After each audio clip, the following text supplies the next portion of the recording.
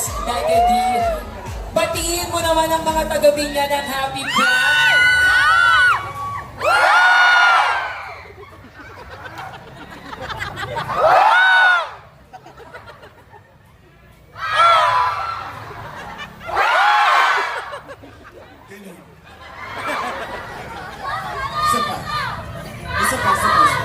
Isa pa.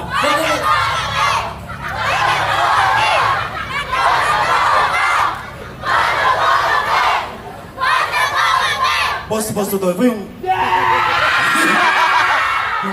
ko. Okay lang, sanay na sila ngayong gabi. Ilang mga mata ng bagyo lang nakita nila ngayon. Sanay na sila mata, ilong lang. Ganun ba? Sumabi. Masabi. Okay. Happy Pride Bilang Laguna! Nag-enjoy pa ba kayo? Do you want more? See you next year! Ayan lang. Magkwento ko lang muna. V, alam niyo po ba ako ay graduate ng Casa del Niño Science High School dyan sa Pasita Complex? Ako po ay dyan nag-train bilang isang professional dancer when I was 15 years old.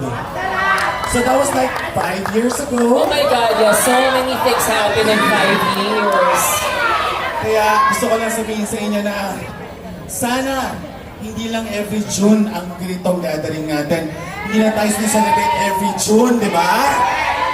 Kasi bukod talaga sa ganitong Pride celebration at sa makukulay na rainbows, mga flags natin, sa mga nagagandahang mga bakla, huwag po natin kakalimutan na Pride is still and will always be a protest. Yes! It is a protest to fight for our liberation, visibility, and equality. Kaya huwag na po nakakalimutan. Gusto ko lang din sabihin sa inyo sa mga artists at sa mga batang artists na gustong mangarap, sa mga inaabot ang kanilang mga pangarap, sa mga natatakot mangarap, at sa mga sa tingin nila pinaglipasan sila ng pangarap. Huwag po tayong titigil, huwag tayong susuko.